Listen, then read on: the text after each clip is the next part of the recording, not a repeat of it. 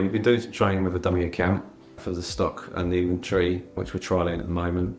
And then we've got some more training booked in with you guys. And then once we're kind of in a place where we're kind of ready, then we should be implementing it and getting all the engineers trained up in it as well. It'll make it easier for us because the amount of times we'll phone up an engineer and be like, have you got this on your van?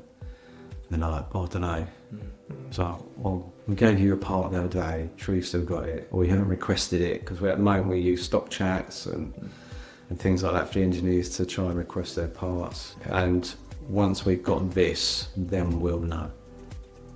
So it does make it easier. Yeah.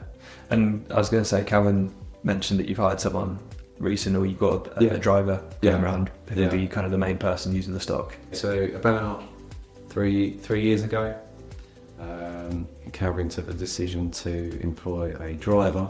We didn't know how beneficial it would be or how much time waste it would be, but they're always busy.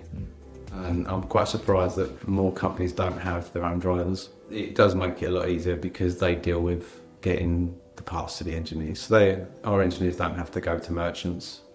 And we found that our engineers were probably losing 2 hours a day going to merchants to pick up supplies and all the stuff for their jobs. So you get 2 hours back a day from each engineer over a week. 10 engineers, that's 50 hours you're getting back. Quite a lot of work you can get. Just increasing your revenue. And we've got the electric van as well. So, that because he doesn't have to do a great deal of mileage, like some of the engineers are doing. The electric van was a great addition, so that makes it more economical for us.